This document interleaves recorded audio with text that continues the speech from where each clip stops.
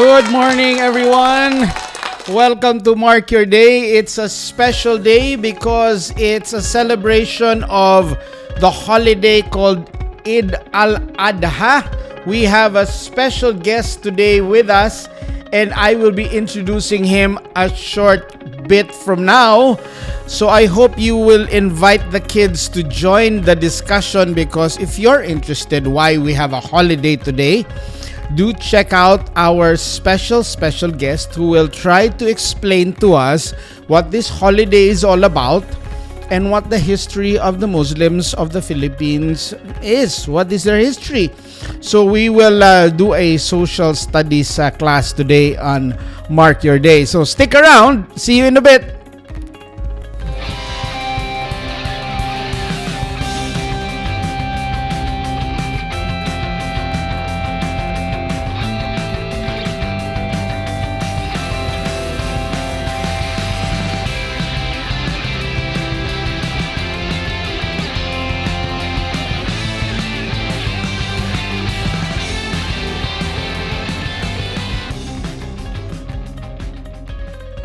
All right, good morning again to everyone watching.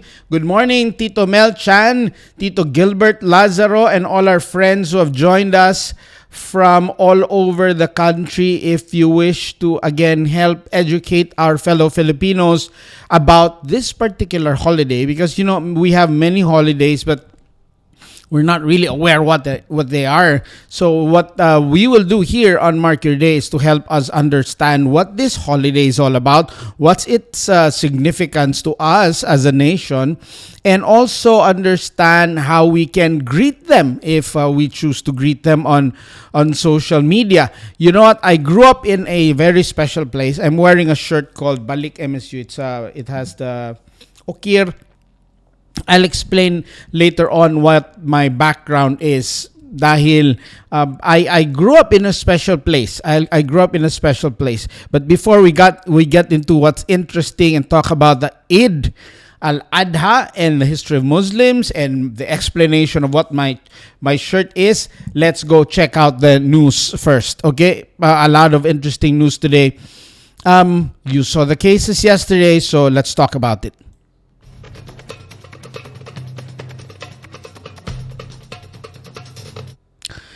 Well, it's a bit scary because the news from yesterday is so many cases have actually been reported. 3,954 cases have been reported yesterday, the highest single day spike since the COVID pandemic began, at least in the Philippines. So it's alarming how it keeps growing, and considering it's just 80 of 91 laboratories reporting. 1,700 from Metro Manila, 900 plus from Cebu, 177 from Laguna, 90 from Rizal, and 87 from Cavite. But what's interesting about the report from yesterday is the total number of recovered that they have reported.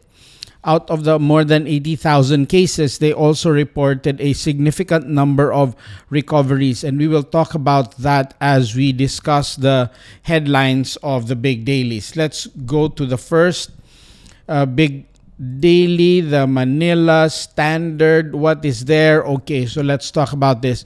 DOH retags data, cases spike. The cases did not spike because they retagged, but they retagged and then it changed the figures, at least for the recoveries. Meaning, they check the number of active cases, and those active cases that are asymptomatic or mild cases that have exceeded 14 days, they reclassified all of those as recovered. Because the assumption is if you have already lasted beyond 14 days and you're asymptomatic or it's a very mild case of COVID, then you might have recovered already. So I think that's the assumption behind it. And so the result of that is a significant increase in the number of recoveries, thereby bringing down to just 22,000 something the number of active cases. So coming from 89,000 total number of cases, we're now down to just 22,000. So there's 60,000 cases that have recovered already in the Philippines. So meaning, that's the good part of it. But the sad part of it is that there are, let's play some music while we're talking about that. There are so many new cases. But according to DOH, from yesterday, it's just 1,000 something, 2,000 plus of that are actually late cases. So still, it's very, very confusing how they do the reporting, and they still keep changing and retagging. And so there have been a lot of criticisms, and this news article outlines the several criticisms that they have been receiving coming from the senators, Senator Angara, Senator Escudero, Senator Gordon. But USEC from the USEC and spokesperson from DOH clarifies that they're doing their very, very best. And they have been on high alert since January. They have given this their all. I believe they have very good intentions.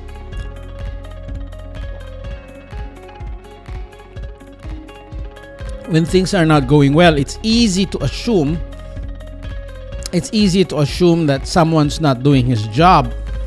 But maybe the limitations are just so significant and difficult to hurdle.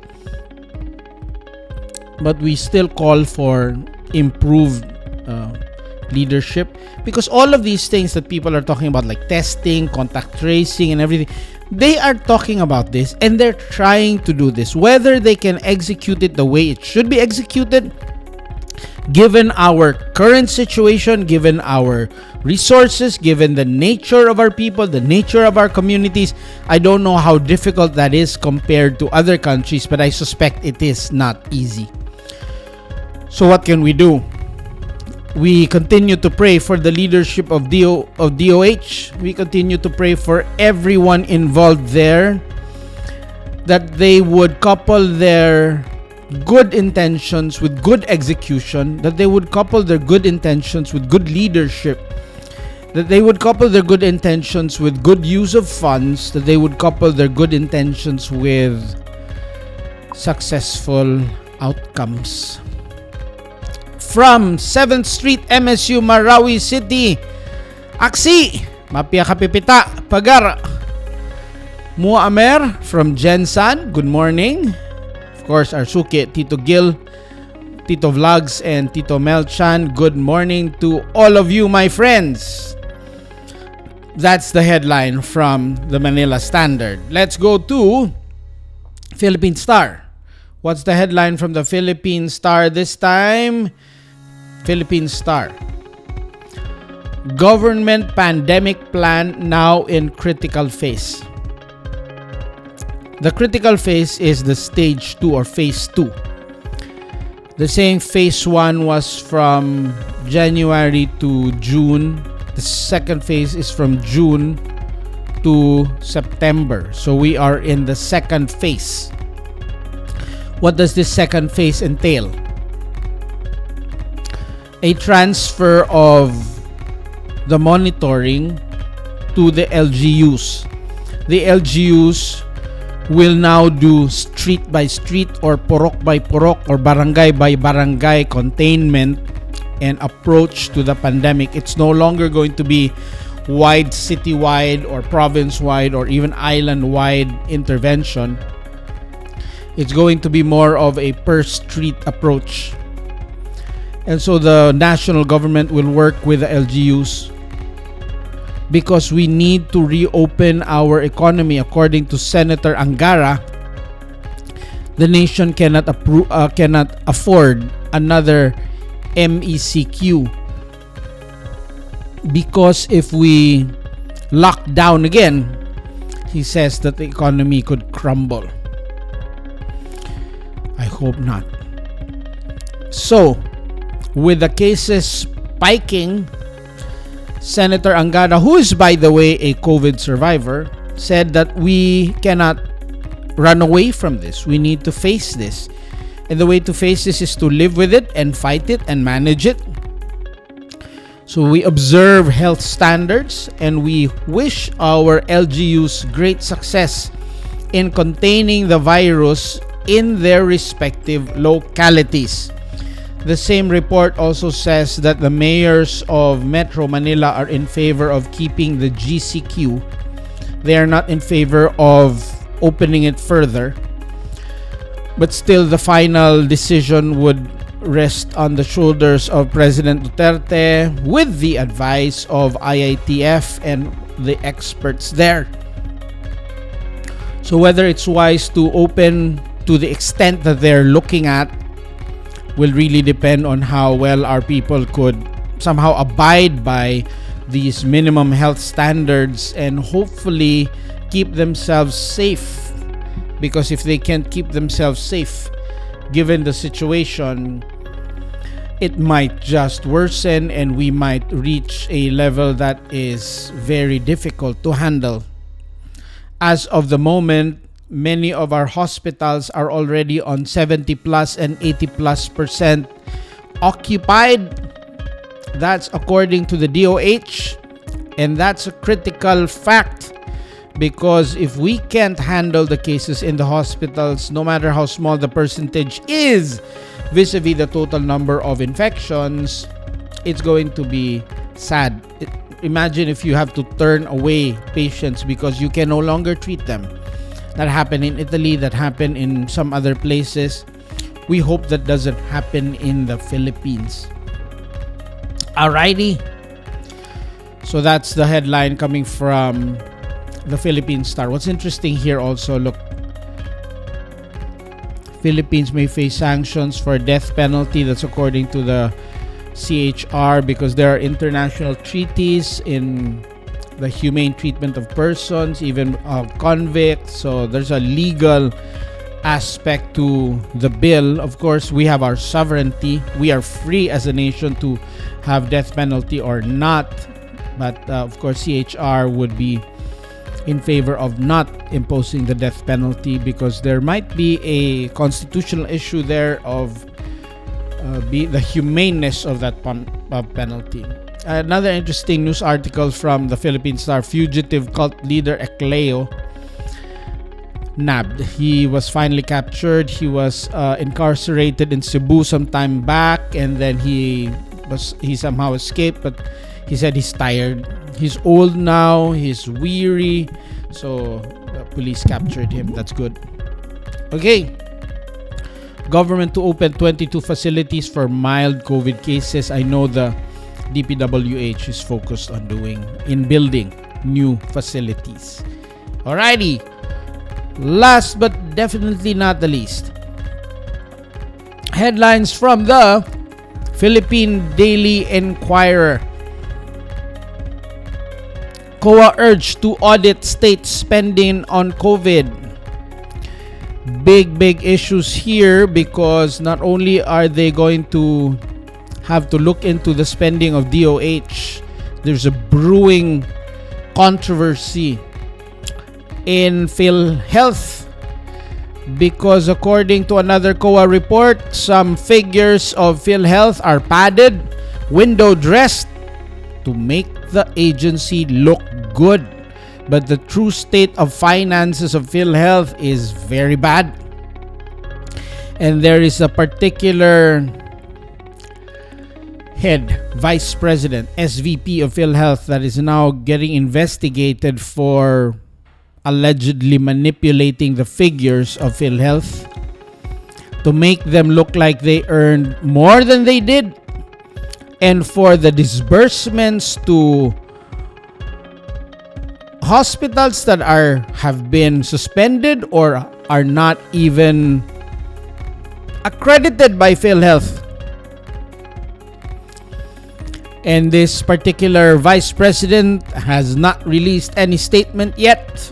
They're saying that they will course through communication through regular PhilHealth communication channels.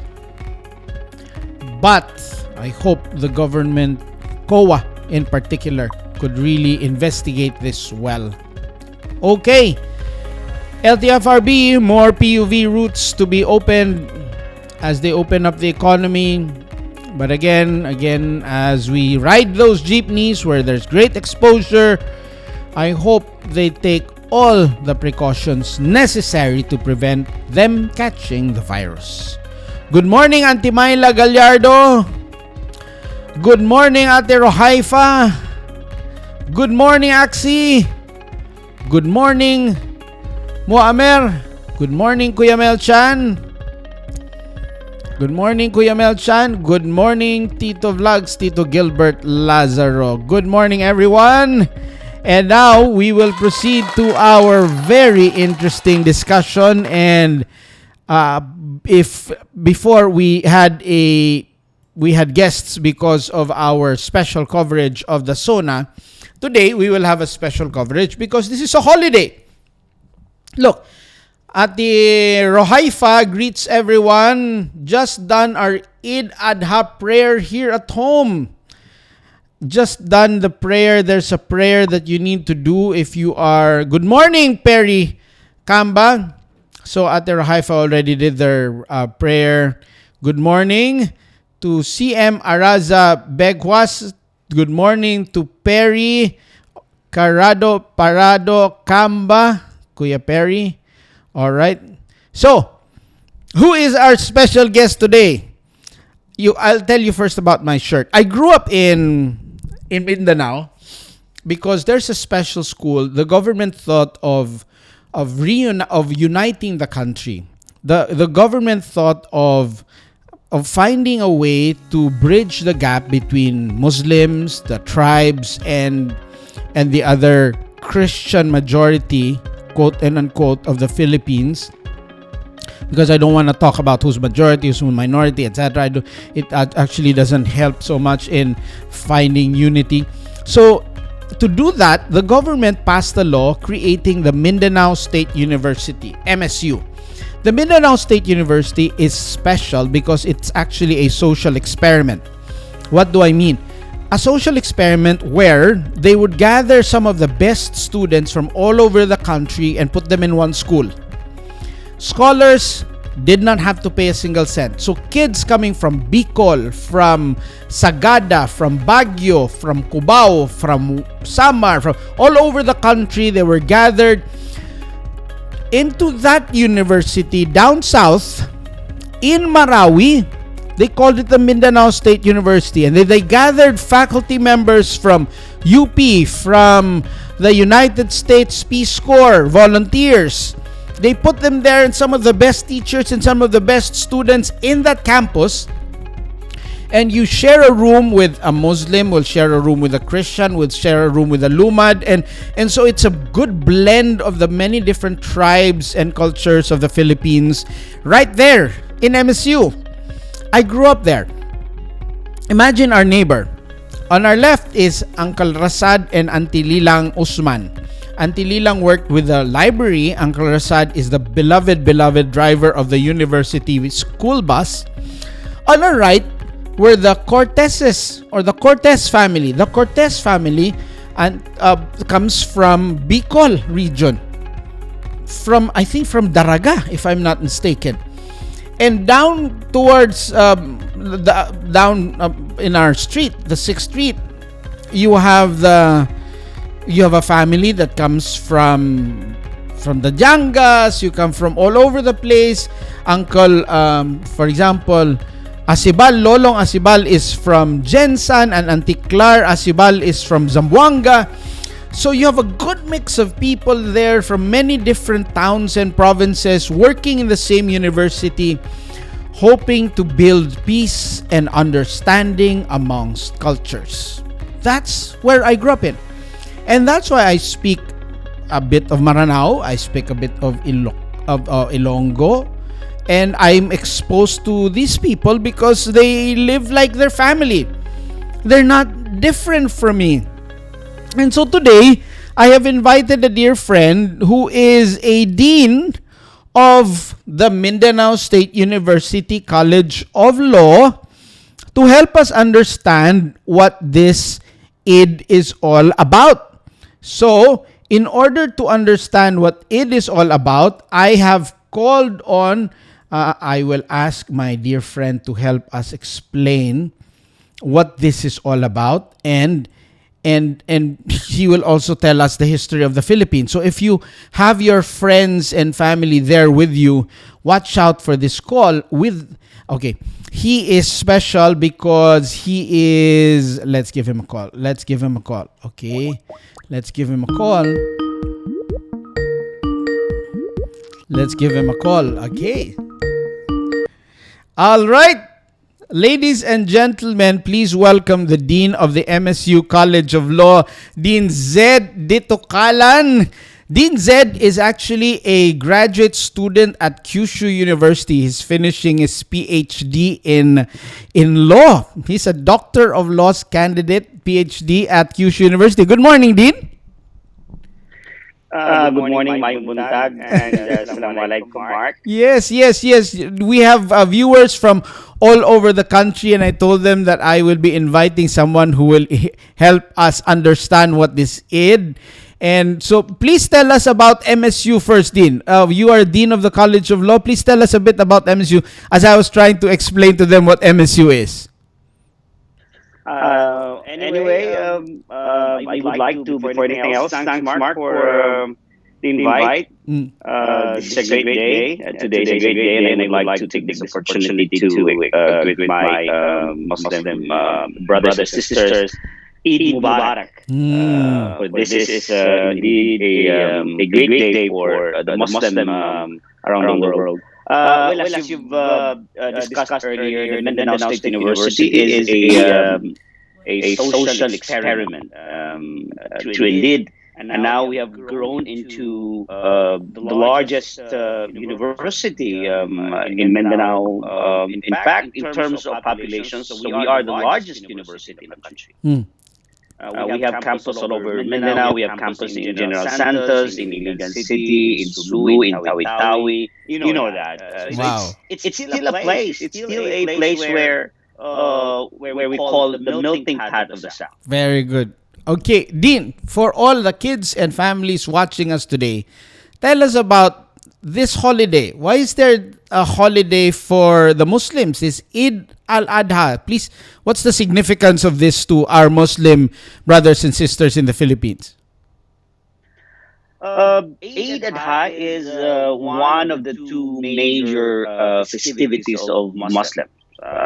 Actually, we are only allowed to celebrate two festivals. That is Eid al-Fitr, that's the last day of Ramadan, that culminates the fasting during the month of Ramadan, and this particular Eid, which is called Eid al-Adha. Eid al-Adha, I would like to make a disclaimer that I'm not an Islamic scholar, so my information will just be very basic. That's all right. General information about Eid al-Adha. Eid al-Adha is actually a feast of sacrifice. It also culminates the last day of Hajj. As you know, that one of the pillars of Islam is pilgrimage. Only that this is an entirely different celebration because of the pandemic. And so during Eid al-Adha, it is called Eid, the Eid of sacrifice, or the Feast of Sacrifice. It's a Quranic foundation. Is that during the time when God commanded Prophet Abraham or Ibrahim, who's also, by the way, a Christian prophet. Yes, and I Mm. think we share the same history in the Old Testament Mm-hmm. about this festival when God commanded Ibrahim or Abraham to sacrifice his son Mm. Ismail, but he was stayed by God, and Right. then he replaced a sheep or a Yes. goat, or an Mm. animal Mm. in So it is replacement of celebrating his son. that intervention by God, giving Ibrahim or Abraham that goat. Is that it? Yes, and that's Mm. today. Wow, That's wow, wow. So actually this is that's why something that, Muslim are, yeah. so it's shared. It's something that's also in the Christian faith, right? Absolutely. So that's why my next question is, why is it significant for the national government of the Philippines to declare a holiday specific to this? How does Well, that help? one is actually a recognition of the Muslim community, Mm-hmm. and aside from the fact that it's actually an act of solidarity Mm-hmm. to the Muslim in the country and to all over the world, because this is a worldwide celebration. So you're So I saying think it's it also really holiday helps. in many parts of the world. Yes, yes, and Mm. I think this is one way of integrating Muslims into the body politic, is to through this kind of institutional intervention Mm. through laws passing recognizing Eid al-Fitr and Eid al-Adha as one of our national holidays. That's right. Very nice. So how do you celebrate this, Dean? How do Muslims celebrate today? Well, today uh, the is a natural way of celebrating this great day. Normally, I mean, the traditional way is we begin by a prayer Mm-hmm. early in the morning. There's actually a difference because in the Eid al-Fitr, it's not really that early. But in the case of Eid al-Adha, it's normally the prayer is normally done very early in the morning. But I do understand that most of us did their prayer at home because of the government restriction on social gathering. Mm-hmm. Even in Saudi Arabia, where normally you had millions of people praying the Eid al-Adha, because it's actually the last day of, I mean, it culminates the month, I mean, culminates the Hajj. Mm-hmm. Uh, I read that there's only around 10,000 people, resident of Saudi Arabia, were allowed to do a mass prayer for the Eid prayer. Okay. Now, how do families or Muslims greet one another again? Well, the short way is just say Eid Mubarak. Mubarak is meaning it's wishing someone greatness, something like that, Mm-hmm. or happiness. So we just simply say Eid Mubarak. Eid Mubarak. Okay. Now, Dean, tell us something about the Muslims in the Philippines. When you say yung mga maraming Pilipino might not understand how significant the presence of Islam in the Philippines, please tell us about how did Islam come into the Philippines? For one, it's important that we really understand the history of Islam in the Philippines, tracing back, I mean, during the Hispanic history, because we do know that most of us has actually Islamic roots. Mhm. Only that after the coming of the Spaniard, when eventually there's conversions of most Mhm. residents at that time were eventually converted to Christianity. But Mhm. this is a good opportunity for everyone to understand why it's important, because it's actually it's part of our history. Mhm. So I think according to history, the Islamization of the island of the Philippines, I just call it island of the Philippines Mhm. because at the time that there's yet no Philippine country, uh, can be traced as back as 13th century, Mhm. beginning from the Arab traders. Mhm. So according to historians, there were four stages actually of the spread of Islam in the country. Mhm. The first stage is the Arabs trade exploration. So wait, In the just on that, Dean. Meaning Arabs really came to the Philippines, Yes, not even Malaysians, not yes, even Indonesians. So they came all The the way Malaysian, from the Middle East all the way to the Philippines in the 13th yes. century. Mm-hmm. Yes. That's why you have the. I think they call it now. They're trying to rebuild the this business trip. The what I call it now. This an ongoing it is an ongoing project now. But the Chinese government are trying to rebuild this business. The Silk Road. Yeah. Yeah. So meaning the So Filipinos were trading with the Arabs as early as the 13th century. yes. And Mm-hmm. also with the Chinese, because during that time, in the 13th century, Chinese Muslims joined the Arab traders, Mm-hmm. Mm-hmm. coming to the Philippines. And so that Chinese Muslims were actually significant, played a significant role in the Oh, planting of Islam interesting. seed in the country. Interesting, Din. That's why when you go to Holo, it's interesting how they're Muslim, but they have Chinese family names. Yes, Mm. true. So they were Chinese Muslims that joined the Arabs to trade in Southeast Asia. Okay, sige, continue your True. story. What's that? And so your the Malaysian contribution, the Bornean contribution came at the later part. I think in the third stage, or in the second stage of the Islamization of the country, when eventually Spain, this Portuguese intervention in Malaysia, and they tried to the Muslim then tried to expand, and then Mhm. that's the beginning of the coming of the Malaysians, and you see also the close, rather the similarities of the Malaysian culture and that of Yeah, the Muslim Filipinos, that's especially in the right. south. No, we have the rendang, Right. The so food is there's very really that, similar. and that's yes, and that's part of that, that interactions. No? Unfortunately, many Filipinos don't even know we have those dishes too. Like we have our own rendang, the piaparan, the sati from Holo. They're very very similar, right? Dean, I is And it? so Yes. Continue, please. yes, and also like Manila. Manila was then a Muslim locality, because of the influence of, in the case of Manila, especially Manila Bay, was actually the Borneans, no? Hmm. Were Brunei. a major Mm. player in the at that time Mhm. in establishing a Muslim community in the Manila Bay area. Mm. Dean, is it true that the Filipinos, at least in the south, the Holo Sultan, were really relatives with the Brunei Sultan? Is that true? I think yes, it's true.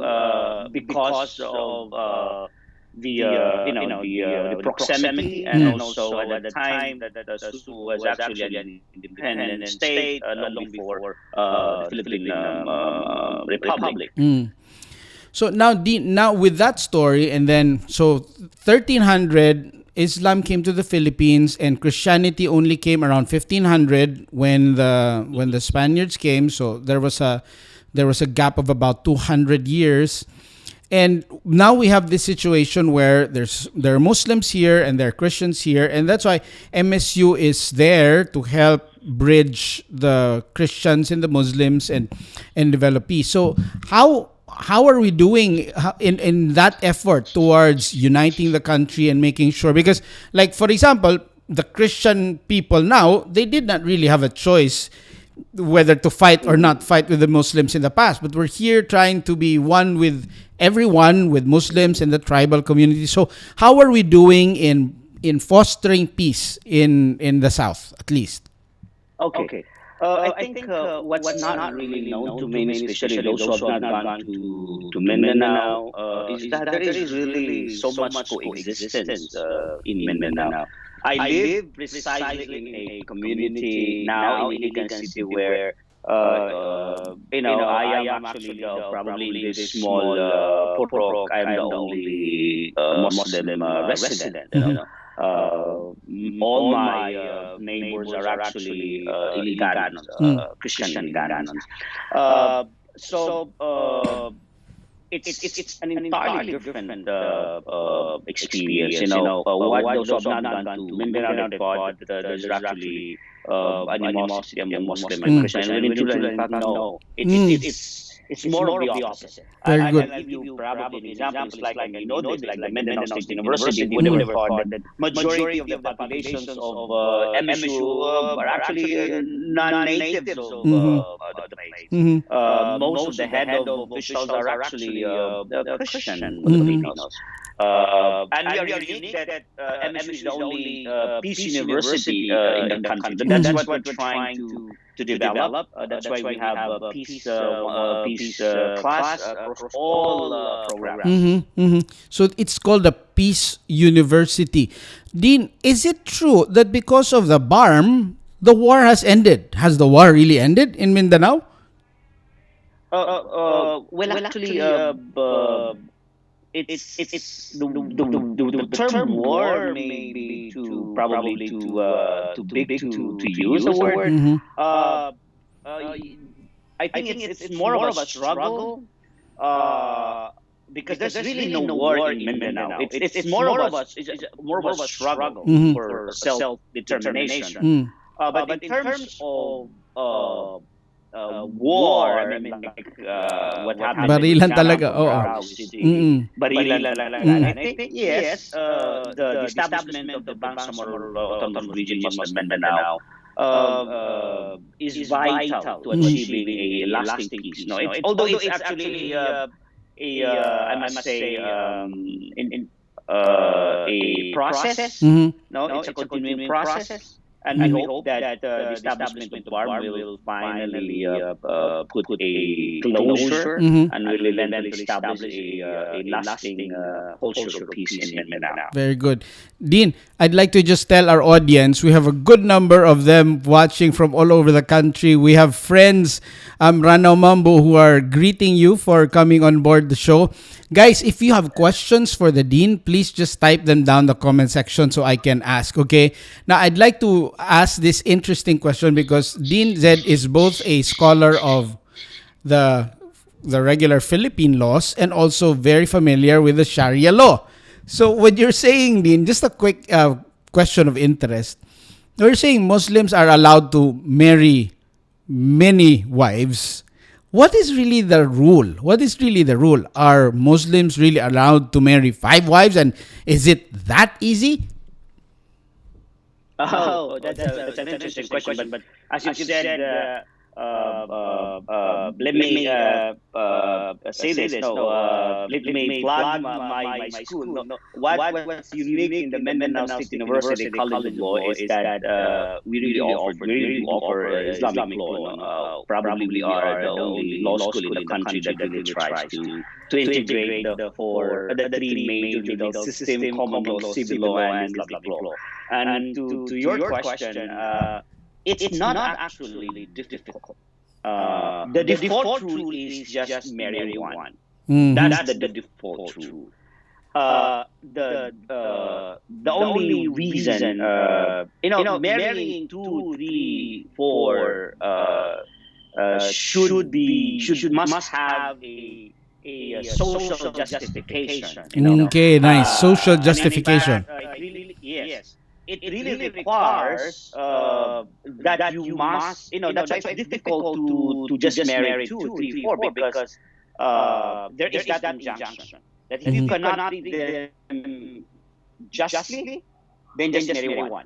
No. Mm. So that's why the verse begins in saying that, marry two, three, four, but if you cannot do justice to them all, marry one. Ah.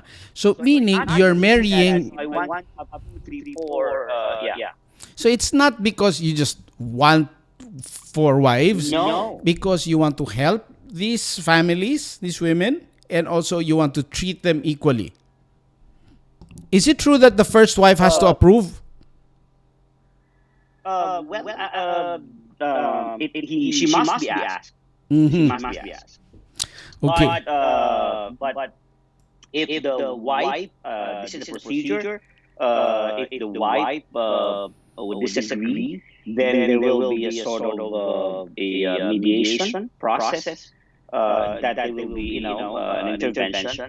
But actually, the wife cannot really object. The husband can marry. Okay.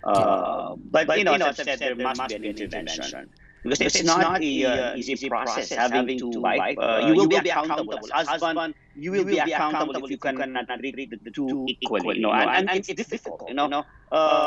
You have to not only emotionally but even financially and Right. in all aspects of marital obligations. You Mhm. have to do that. And as opposed to civil law, under Islamic law, family sustenance is a sole responsibility of the husband. It's not shared Mm. of the husband. So that it's hard then. So just keep to just one wife, and if you have two, then maybe you can you work harder. Dean, Yeah, true. what is your suggestion in order for our viewers from the other provinces to help them raise kids who will have a healthy respect for Muslim Filipinos and other Filipinos? What can parents do? What can parents do? Kasi maraming mga nakukwento na merong mga misconceptions about Muslims. There are unfair descriptions or characterizations about Muslims in the Philippines. What's your advice for parents who are watching today in order for them to raise a generation of Filipinos who will have healthy respect for Muslims? Well, I think there is no substitute with education. And I think education begins at home. Yeah, I mean, the internet is a good platform, but of course, the internet is also polluted with misinformation about Muslims in general and about Islam in general. So I think the parents really play a vital role in this respect. One is, of course, education. The second, I think, is exposing your kids to areas where there are a lot of Muslims. And it will be a really good experience. For example, visiting Marawi City, visiting places where you have Muslims, for example, even some Christian communities that have Muslim communities. For example, Iligan City, Cagayan City, where you really see, the blending of these two, community. So I think that's the way that's the way that parents should do. But in Metro Manila, din we have Green Hills and Quiapo, and I know, many of them have not even tasted the very delicious Maranao dishes and the Yes. Holohano dishes. The Holo has this wonderful yung black soup, the chula itum, and then you have the randang of the Maranaos, the chicken pepper, but they haven't really tried it. So would you suggest that they go to Quiapo for it? They should try. No, they should try. The Muslim communities down south, our relatives are really one of the best that I can recommend. One another, before I forget, I think one of the interventions that parents should also do is to expose their kids to the colorful, beautiful culture of the Muslims in the south. Our arts is a masterpiece. It symbolizes the Filipino culture in general. The sari manok, probably for those who may not be aware that the sari manok was used by the ABS-CBN and this flag bearer is actually a mythical bird of the Maranao, for example. You have there also a Maranao baor, the small one, at the back of your, and things like that are actually part of our culture. And so, one way is really to expose them to the culture and art of Mindanao. Yes. Because it represents the culture and art of the Muslim communities and the Philippines in general. You know what, Dean?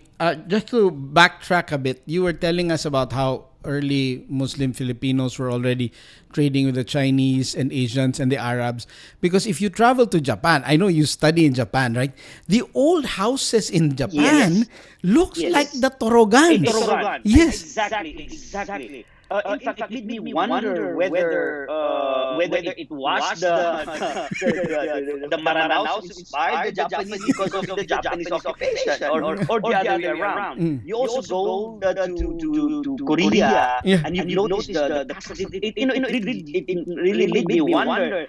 This is Yes. a different way of a different rendering of the Maranao That's right. Turugan. And even the Okir, I said, but Exactly, that's exactly. Okir. So it's shared across Asia and Southeast Asia. Right? Absolutely true. Because of I think partly because of the contribution of the Chinese, Muslim Chinese, and you really see the similarity in terms of the Turugan. It really amazed me, after seeing a miniature in I Yeah. think in Osaka. I Yes. saw that. The museum. Yeah. Oh my God, I was amazed. I think that's where you also saw that Yeah. miniature of a Japanese old Yeah. traditional house, and it really looks like a Turugan. Yeah. Almost an exact You know, replica. remember in the Maranao culture, there's a room at the top where they keep the Yes. Bailabi, the princess. They also have that in the Korean and the Yes. Japanese. Yes. It's The amazingly labi murit namin. yes, it's very similar. It's amazing. So who did it first? Who copied whom? I think it's an interesting question.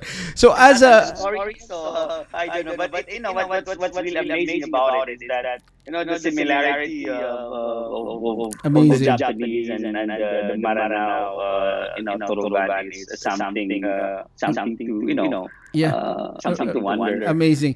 Dean, you travel a lot as a speaker, as a scholar, legal scholar, and you speak in conferences all over the world.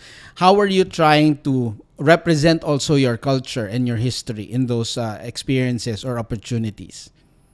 Well, I always try to bring with me for example, a gura, or that represents the Maranao. I always try to tell them how, I mean, the beauty of our culture, the misconception about Mindanao in particular, about the Muslim in Mindanao in particular. So that's what I normally do. To tell people that this is us. Very nice, very nice. Dean, I No, got it's not absolutely not the correct picture of Muslims in Mindanao. Dean, I got this comment from Professor Ferdinand Nakila. He's based in the US, but he used to be a professor in MSU. He says, I'm really planning my dream house to be resembling that of a Torogan architecture. Kaya lang, wala tayo masyadong architect na nag-focus on Maranao architecture. Absolutely, yeah. Ironically, even Maranaos themselves prefer Western design over spectacular Maranao designs. Yes, tell us, how can we promote local architecture and art? Well, I mean, that's so sad that it's the outside, the people outside the community that normally appreciates the beauty of the Maranao culture, the beauty of the Maranao architecture. Well, I think, and it's part of the modernization process, but it should not be the case. You can always blend, culture or art, as part of that process. Maybe your son or your children or your mga nephews, you should tell them to take up architecture to preserve. I want to have a house that also has these, the Maranao elements, art elements. Very nice. It would really look All right. beautiful, something like that. Dean, we really enjoyed talking to you. Unfortunately, we could actually talk to you the entire day. So I'd like for you to greet our viewers and give them your final message for everyone watching from all over the country. Today is a great day amidst the pandemic. I know that we would have celebrated this festival in a festive way, but because of the crisis, we opt to respect others' health also, and in compliance with government restrictions. Nonetheless, that does not make it less a way of celebrating this great day, Eid al-Adha. On that note, I would like to wish everyone good health. I know that's the best gift and best prayer, best way of greeting you all by by praying for your healthy, for your the health of your family and your loved one. And so, Eid Mubarak to all of you. Thank We you celebrate very Eid much, Dean together. Z. DITUCALAN from the Mindanao State University College of Law. Wish you well as well, Dean. Hope to talk to you again. Thank you very much. Madakala salamat, Dean. Thank you, Mark. Mapyakapipita. Okay, bye-bye. Bye. Wow, that's a wonderful discussion and talk and chat with a dear friend and one of the foremost scholars of law in the Philippines. He actually goes around the world talking about competition law, Philippine law, and he also teaches in many of the Philippine law schools. I hope you learned something from that conversation with the dean. It's interesting how what's the basis for the celebration today? Why is this called the Feast of Sacrifice? It's interesting to realize that this actually is a feast that is anchored on an event in the Quran and in the Bible that's very similar, because the Quran and the Bible share some chapters that are the same or some books that are the same. So apparently, according to the dean, today is a celebration, the Feast of Sacrifice, because that's when Abraham or Ibrahim went up to Mount Moriah to sacrifice his son Isaac, but the Lord God intervened and stopped him and offered a lamb, or was it a sheep, for him to slaughter instead of his son. Meaning God was just testing the faith of Ibrahim or Abraham in that particular account. So that's what we're celebrating today. So you say Eid Mubarak, you celebrate God's intervention in the life of Abraham, giving him the blessing of that ram so that he will not have to sacrifice his son. But it's a feast of sacrifice because he proved also his faith to God. Thank you very much for joining me today. Interesting discussion. So, what else do you want us to talk about in the coming days? Do let me know if you have a particular topic in mind. Please don't hesitate to message me. If there's someone you want us to talk to, if you have a topic in mind, please let me know, because we would begin to talk about many topics here and maybe invite special guests, maybe feature some personalities in the show. I noticed that some of you told me that there was an echo on the part of the person we called. I don't know if it was maybe his monitor was too loud on his end. If you keep the monitor loud and you speak, the microphone is picking up both the monitor and your voice speaking, thereby creating an echo. So we'll watch out for that in future episodes. We'll ask them to turn off maybe their monitor, because that's usually the case when you have your monitor on, meaning you're watching the show as you're talking. So there will be two persons talking, you to the mic and the screen also talking to the mic. Brother Mel Chan is suggesting we talk to Vico Soto for his plans. Doy, Muhammad, ay, susiringan na sa 6th Street. Eid Mubarak. Orak. Good morning. Thanks for joining. Please say hi to all our neighbors in the 6th Street. You know what? I lived in 6th Street of MSU, and the community that we had there is really something that I will cherish for the rest of my life. Sometimes I get teary-eyed remembering our neighbors there, and during Eid and Christmas and New Year, we shared food. Whenever somebody has a birthday, we shared food. You know what? If you watch the Reply 1988 K-drama, that's exactly how we lived in MSU while I was growing up there in the 80s. So, good memories. Thank you very much, Dean Zed, for reminding me of that wonderful place. And this celebration is important because it should foster peace. Finally, let's talk about what's interesting.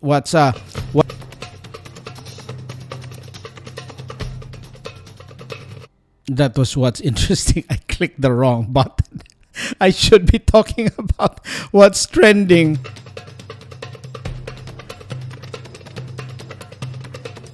What's trending, of course, the spike in the number of cases.